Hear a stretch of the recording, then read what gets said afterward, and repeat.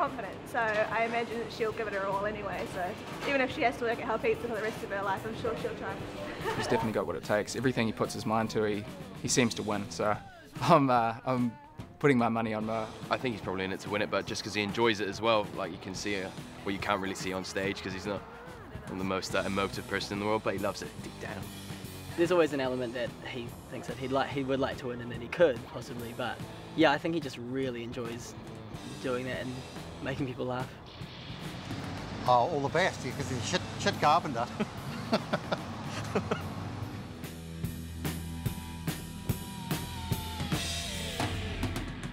I judge the heats.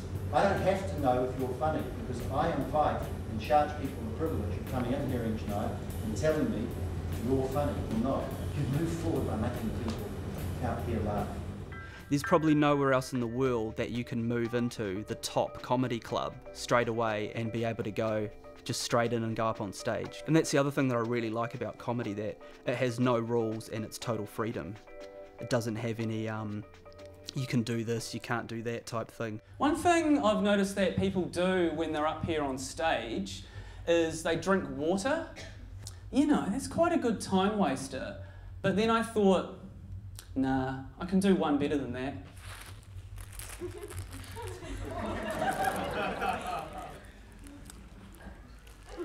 If I think it's funny, I just have to do it, because if you start worrying about what other people think of you, it will just do your head in, pretty much.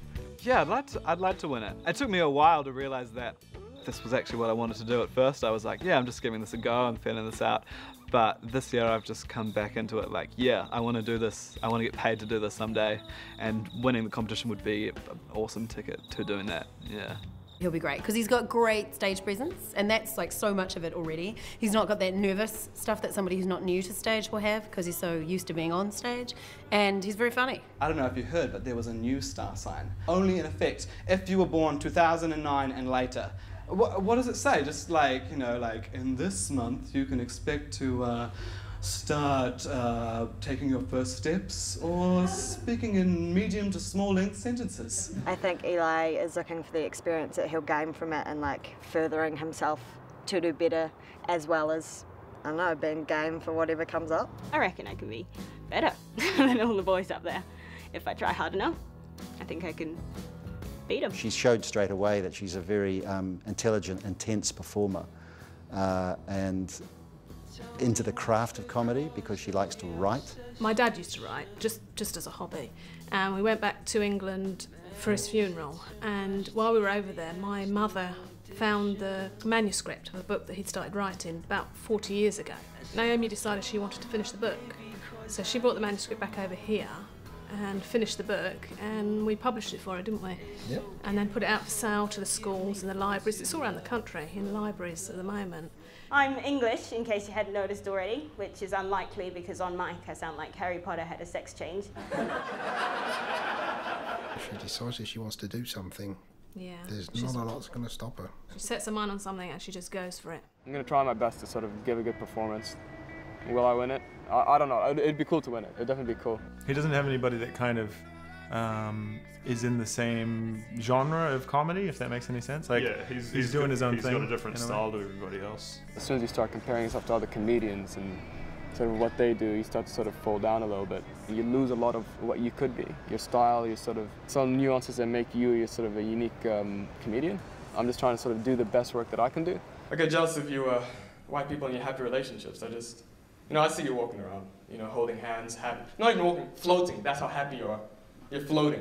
And I often wonder what the soundtrack to your life is, and it's probably, you know, the soundtrack to your relationships. And it's probably a Justin Bieber song, you know, just baby, baby, picnics, just.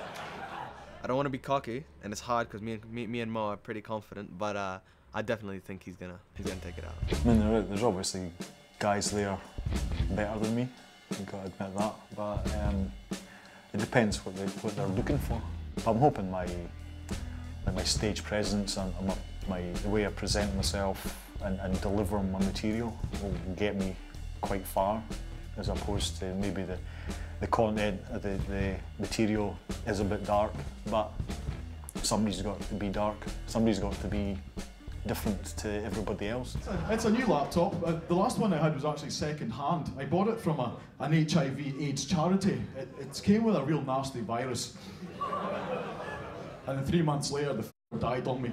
He's got a very wry, insightful sense of humour, slightly off the wall, but very refreshing.